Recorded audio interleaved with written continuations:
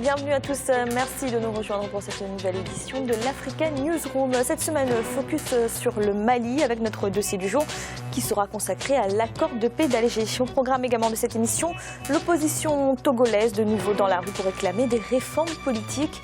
Et en Ouganda, les autorités lancent une nouvelle stratégie de lutte contre la corruption.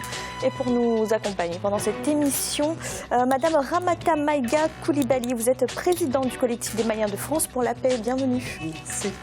Et à côté de vous, Monsieur Boubacar Saïf Traoré, vous êtes président de l'ADK, l'Association pour le dialogue et l'engagement citoyen en Afrique. Bienvenue. Merci. Et avec nous également notre éditorial Yilma Taleb. Bienvenue. Merci Fanny et bonsoir à tout le monde. Tout de suite, l'actualité du jour.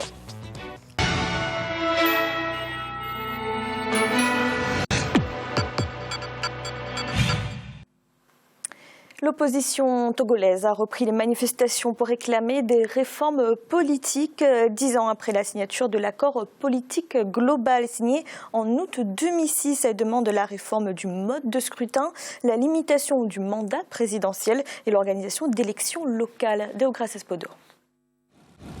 10 ans après la signature de l'accord politique global intervenu sous l'égide de l'ancien président burkinabé, Blaise Compaoré, les acteurs politiques togolais peinent toujours à tenir leurs engagements. En août 2006, un consensus avait été trouvé pour la révision de certaines dispositions dans l'actuelle loi fondamentale. Il s'agit notamment de celles relatives au mode de scrutin, à la limitation du nombre de mandats présidentiels ou encore à l'organisation d'élections locales. Récemment, l'opposition a renoué avec les manifestations de rue avec l'espoir de faire plier le gouvernement. Moi, je crois qu'il y a la complaisance de la communauté internationale, la duplicité des autorités togolaises, tout ça conjugué, qui fait que, avant chaque élection, elles disent c'est trop tard pour faire les réformes, et après chaque élection, elles se taisent. Nous avons fait tout ce que nous avons pu, des manifestations, nous avons saisi la communauté internationale. Il faut, tout à faire cessante, mettre en œuvre les réformes politiques prescrites par l'accord politique global. Alors nous disons aujourd'hui que nous savons bien que la communauté internationale ne peut rien faire à notre place. Nous sommes conscients de cela depuis très longtemps et nous allons mobiliser les populations togolaises pour obtenir ces réformes. Dans la quête des réformes constitutionnelles, institutionnelles et électorales, l'opposition togolaise peut également compter sur le soutien de quelques organisations de la société civile. Cette dernière estime que la mise en œuvre de l'accord politique global est possible si les acteurs politiques prennent leurs responsabilités et parviennent une nouvelle fois à s'accorder.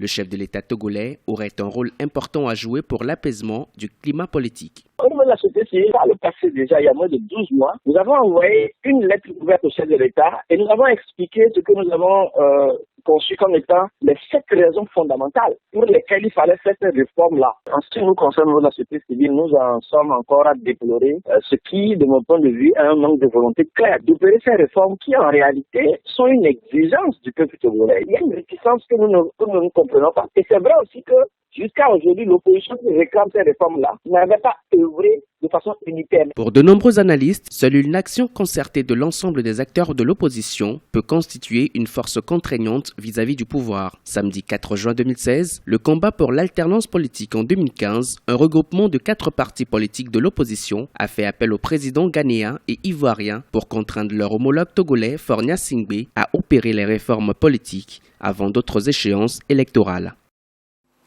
J'ai mal, l'accord politique global date d'il y a 10 ans au Togo. Depuis 10 ans, aucun des engagements pris n'a eu de suite. D'où vient le blocage d'après vous ?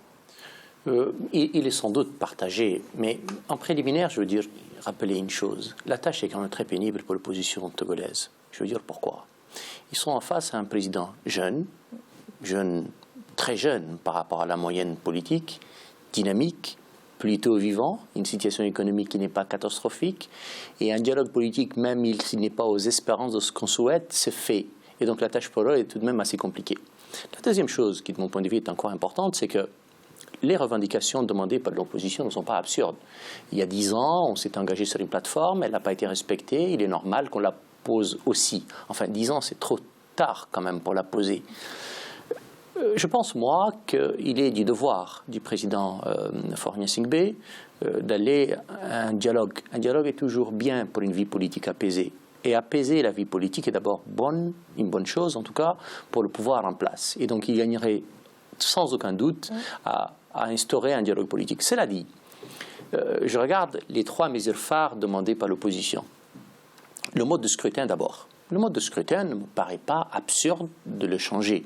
Tout le monde sait que nous avons généralement le choix entre plusieurs, mais deux modes de scrutin particuliers, à la proportionnelle ou majoritaire, l'efficacité contre la justice, ou la justice contre l'efficacité, ça dépend lesquels. Il y a un mode de scrutin proportionnel qui est juste, un mode de scrutin majoritaire qui est efficace, qui dégage une majorité et qui permet de gouverner. Et donc, il est normal, il est même de mon point de vue vital pour une démocratie qui fonctionne bien, que ces débats-là soient posés, qu'ils soient discutés. Je suis plutôt favorable à ce qu'une élection, quelle qu'elle soit, dégage une majorité pour qu'elle soit lisible, qu'elle soit capable de gouverner. La deuxième chose, c'est donc les élections locales. Et ça, là, encore une fois, c'est une mesure qui, de mon point de vue, est absolument légitime de la part de l'opposition de la poser, et il me paraît logique. Là où le bas blesse, pour moi, c'est toujours la difficulté du mandat présidentiel. Je crois que je n'ai pas changé sur ce côté-là. Et je suis persuadé, encore une fois, qu'un pays qui décide globalement, positivement, de limiter le mandat présidentiel, pourquoi pas? Je me rappelle toujours des communards de 1789. Vous n'avez pas le droit de décider majoritairement. Une génération n'a pas le droit de décider pour les 30-40 prochaines années. Décidez pour vous, ne décidez pas pour les autres. Et donc, limiter le mandat présidentiel pose cela aussi. Mais je pense qu'en réalité, si on veut limiter le mandat, c'est parce que nous ne sommes pas capables de nous débarrasser du président Faure Gnassingbé autrement que par une limitation de mandat. On se dit un peu les choses. Et donc, puisque nous ne sommes pas capables de le faire autrement, on le limite là. Je pense, moi, que limiter le mandat n'est pas ça qui change la donne. Ce qui est important, et au-delà du cas du Togo, c'est valable pour le Mali, c'est valable pour mon pays, c'est valable pour partout. Il faudrait que les élections soient transparentes. Il faudrait que le scrutin veuille dire quelque chose. Si j'avais des conseils, et je n'en ai pas à donner à l'opposition, je demanderais d'auditer le fichier électoral. Je demanderais une gestion collégiale de l'organisation des élections. Je demanderais que celle-ci soit déconnectée complètement du ministère de l'Intérieur. Je demanderais à ce qu'une autorité indépendante, réellement indépendante et collégiale s'occupe des médias, mais aussi de l'organisation technique des élections. Si vous le faites, croyez-moi, le mandat présidentiel n'a pas besoin de diminuer, il sera diminué de toute façon de lui-même. Parce que dans tous les pays démocratiques, en général, on ne fait pas deux mandats, et quand on en fait deux, on ne fera jamais un troisième. Et je donne un dernier exemple. Regardez le Sénégal. Quand Abdoulaye Wade a décidé, vous vous souvenez tous de ce débat, de dire non, je peux faire un troisième parce que le premier n'était pas valable, n'était pas touché par la réforme en soi. Il a quand même été battu. Ça veut dire quoi? Ça veut dire qu'au Sénégal, l'élection veut dire quelque chose. Et donc, au lieu de nous focaliser sur l'essentiel, nous nous embêtons parce que c'est des idées venues d'ailleurs. C'est des idées de ceux qui vous disent, moi j'ai entendu le président Obama, qui est quelqu'un pour lequel j'ai beaucoup de respect, il dit, moi, 4 ans, je m'en vais. C'est bien, monsieur Obama, mais c'est votre pays, vous ne l'imposez pas aux autres. Et alors, qu'est-ce que vous allez dire, madame Merkel? Elle est à son 4e mandat. Ah, monsieur Juncker, qui était président du Luxembourg, 18 ans. Qu'est-ce que vous allez dire à M. Blair qui a fait 3 mandats? Et donc cette discussion-là, nous n'avons pas le droit de l'importer. En revanche, nous avons un vrai problème, c'est l'organisation des élections. Nous avons l'obligation de faire en sorte que les élections chez nous aient un sens, un plein sens. Alors vous dites, Gémal, que les demandes de l'opposition vous paraissent légitimes, mais là on voit au Togo que le dialogue est rompu, il n'y a pas de dialogue entre le pouvoir et l'opposition depuis 10 ans, depuis l'accord global. Quelle solution a l'opposition pour se faire entendre? Je le déplore encore une fois et je l'ai dit. Moi je pense que le président Faure Gnassingbé s'est dit, je suis jeune, au Togo de Maran je suis un peu beau, je suis intelligent, je suis formidable, je suis le meilleur que tous, et donc je n'ai besoin en réalité de personne. Je suis capable par moi-même, de moi-même, dans une conjoncture économique qui m'est favorable, de gouverner. Mais il fait faute absolument. Je vais vous dire pourquoi. Parce que si nous ne sommes pas capables d'apaiser une situation économique, d'abord politique, donc on fera en sorte que demain elle le sera moins. Et si vous n'acceptez pas le minimum de satisfaction à l'opposition, vous la radicalisez. Et quand vous la radicalisez, vous radicalisez le débat politique. Et je pense, encore une fois, que ce n'est pas une bonne chose. Il faut, de mon point de vue, une vraie plateforme de négociation. Il y a des revendications farfelues. Je ne parle pas de la limitation du mandat, ce n'est pas farfelu, c'est un débat africain. Mais il y a des revendications farfelues, mais il y a des revendications absolument légitimes et intelligentes. Et je pense, encore une fois, que le pouvoir togolais n'a pas raison de ne pas écouter l'opposition dans ce qui est possible, de pacifier, d'apaiser les débats politiques togolais qui en a bien besoin. Vous savez, vous parlez des revendications il y a 10 ans. Il y a 10 ans, il y a eu des morts.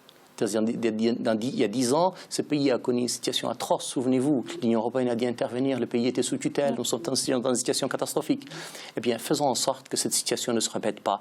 Et la clé n'est pas entre les mains de l'opposition, elle est entre les mains du président Faure Gnassingbé, encore une fois. Je le soutiens et je le comprends sur des sujets. Le fait de ne pas ouvrir le débat, je le comprends moins. Merci. Dans l'actualité également, en Ouganda, le gouvernement met en place de nouvelles alliances stratégiques contre la corruption qui coûtent au pays près de 12% de son budget annuel. Les agences anticorruption entendent notamment lutter contre les pressions politiques et les entraves aux procédures judiciaires. Alun Guindo.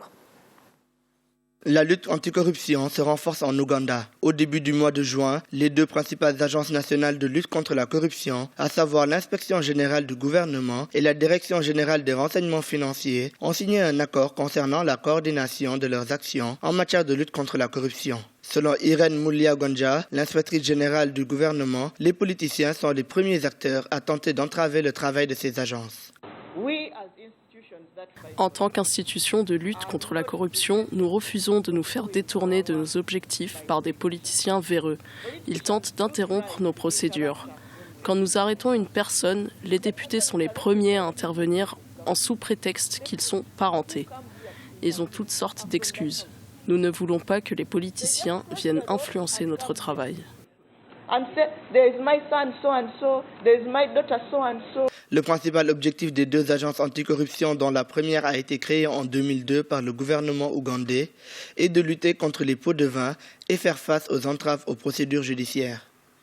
L'accord signé entre les deux institutions cherche à améliorer la convergence des procédures d'action, surtout dans le cadre des enquêtes et incriminations judiciaires. Nous nous engageons à envoyer un certain nombre de redécouvertes à l'inspection générale du gouvernement en vue de mettre en place une base de données et d'organiser ainsi les enquêtes et procès menés par cette structure. Chaque année en Ouganda, c'est environ 1200 milliards de shillings, soit près de 12% du budget national qui disparaissent des caisses de l'État. Une situation qui ne peut pas continuer pour ce pays qui aspire à l'émergence économique d'ici à 2030. J'ai mal en Ouganda. Cette corruption concerne les plus hautes sphères de l'État. 12% du budget annuel qui disparaît des caisses de l'État. Est-ce qu'il faudrait des agences de corruption indépendantes vis-à-vis du pouvoir ? Sans doute, sans doute. Je ne suis pas très objectif quand je parle de l'Ouganda. J'ai un faible pour le président Museveni, que voulez-vous, c'est comme ça. J'ai un faible pour cet homme dont la carrure, l'intelligence, le courage, l'authenticité font défaut sur le continent africain.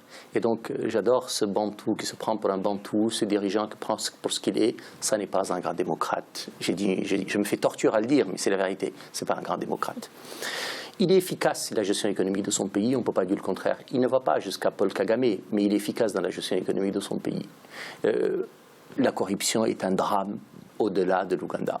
Et l'Ouganda ont déjà le courage, le président Museveni et son gouvernement ont déjà le courage de reconnaître que 12% du budget national s'évapore en termes de corruption. Je pense, moi, que si on fouille, ce serait peut-être un tout petit peu plus. Mais c'est un peu plus, sans doute, dans beaucoup d'autres pays. Et donc, les choix existent. La Chine, la Malaisie, le Rwanda, beaucoup de pays nous ont démontré qu'il n'y a pas qu'une seule voie.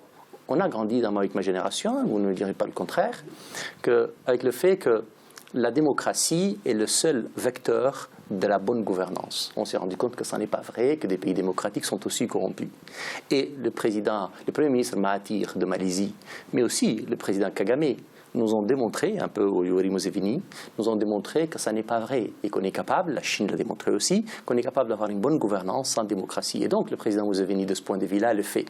Après, la question c'est comment lutter contre deux types de corruption. On a la petite corruption qui vous empoisonne la vie. C'est celle du policier, du gendarme, du percepteur des impôts, de l'agent de la circulation. Celle-là, vous pourrez la vie, elle pourrait les affaires autant que le reste. Et puis, vous avez la grande corruption, c'est celle-là même, qui est à un niveau et un volume assez important et qui est généralement menée par des prédateurs qui tuent l'économie de leur pays. Or, celle-là, de mon point de vue, pose encore une fois un problème hautement plus important. Les deux, d'ailleurs, ne sont pas séparés. Je reprends toujours l'exemple de la Malaisie. Je pense que l'Ouganda s'en inspire. C'est-à-dire qu'il y a une autorité indépendante. J'ai vu le commissaire du gouvernement qui a ce pouvoir-là en Ouganda.